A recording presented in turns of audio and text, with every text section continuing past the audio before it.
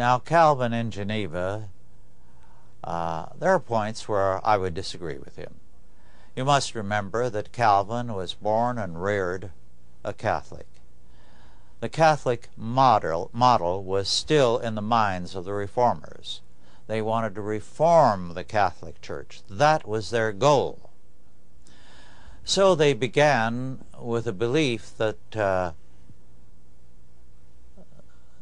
the society had to be Christian. Now, Calvin in Geneva never commanded the city. He was an outsider brought in as a kind of efficiency expert to make a city that was a business community function. Prior to his coming, drinking, fornicating, and gambling occupied too much of the people's time, and efficiency was going downhill. They liked Calvin because he brought about efficiency. He made people sober, God-fearing, but they didn't like it for themselves. So the rulers of Geneva were happy about the results, unhappy that Calvin expected the same kind of behavior of them. And the libertines were really very close to controlling the city much of the time. They brought in Servetus, yes, they brought him in, and they were going to challenge and try to oust Calvin. And during the time of the trial, Calvin actually had his bags packed, ready to leave. But the Catholic model was still in the background there.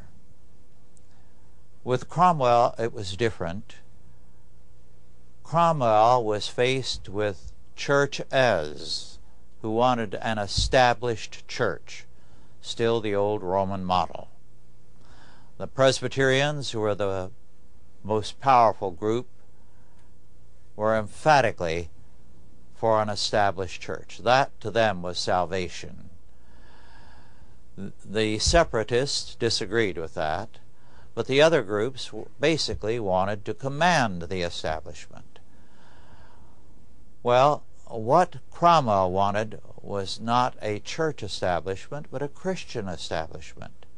He wanted England committed to a Christian faith, not to a church.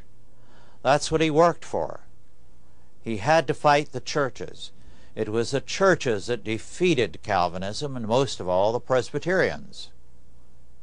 It's a great blot in Presbyterian history that they were the ones who not only destroyed Calvin, but brought in Charles II, a thoroughly degenerate man, and believed he would keep his word to them, that he would go along with their ideas of an establishment. Of course, he broke his word immediately, and 2,000 clergymen had to leave the Church of England, and the Presbyterians in time virtually died out in England.